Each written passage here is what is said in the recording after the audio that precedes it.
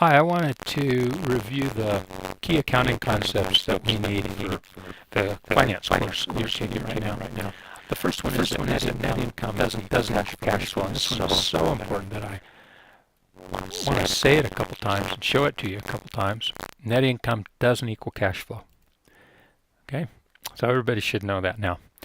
There's a couple reasons. First, we have this accrual accounting procedure that matches everything to sales during the period.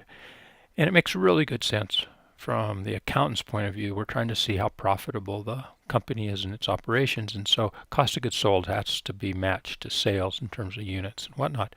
But that means that cost of goods sold may not reflect what was actually spent during the period in terms of credit sales, building inventory, and whatnot. So there's a difference there.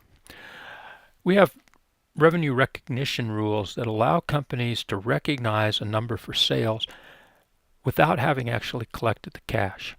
So a sales is considered complete when a contract is signed, when something's delivered, when the return period has expired, or all kinds of things.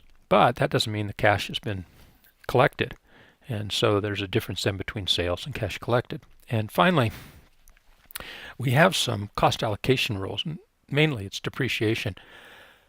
And depreciation is a non-cash charge. It reduces net income as an expense, but there's no cash outlay associated with it. And so again, there's a difference that's created between net income and cash flow. To estimate cash flow, the simplest method is just adding depreciation expense to net income. Depreciation tends to be the biggest cause of differences between net income and cash flow, so that gets most of it. If you want to be more exact, you would compute all the sources and uses of funds from the balance sheet before and at the end of the period, where sources of funds are decreases in assets. So we sell an asset, we get some cash. Or increases in liabilities. We borrow some money from the bank, we have more cash. Uses of funds are exactly the opposite. They're increases in assets, we buy something, or decreases in liabilities, we pay off a bank loan that uses cash. And we'll do a lot of this in week probably 3 or 4 of the class. We'll be computing cash flow pretty often. The link between the income statement and the balance sheet, there's two linkages, and students seem to have a hard time with this. This is where I find mistakes when we do pro formas and whatnot. The first one is through depreciation expense and accumulated depreciation on the balance sheet. The depreciation expense for a year, say 2013, is added to the accumulated depreciation at the end of 2012, and that becomes then the new accumulated depreciation for the end of 2013. That's important because that's how we determine net fixed assets or net plant, property, and equipment, and that determines total assets and so on.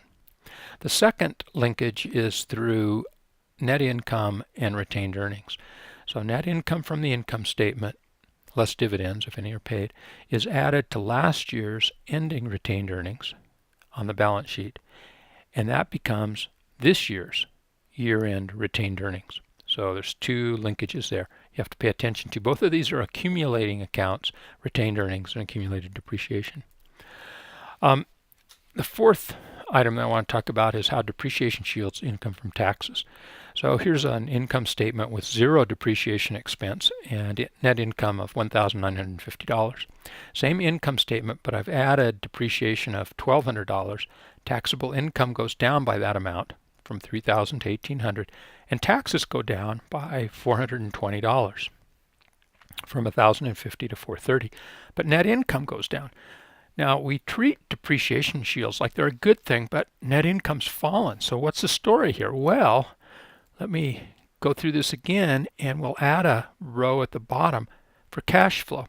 Now, we know that cash flow, at least a rough estimate of it, is net income plus depreciation. So in this case, cash flow is $1,950.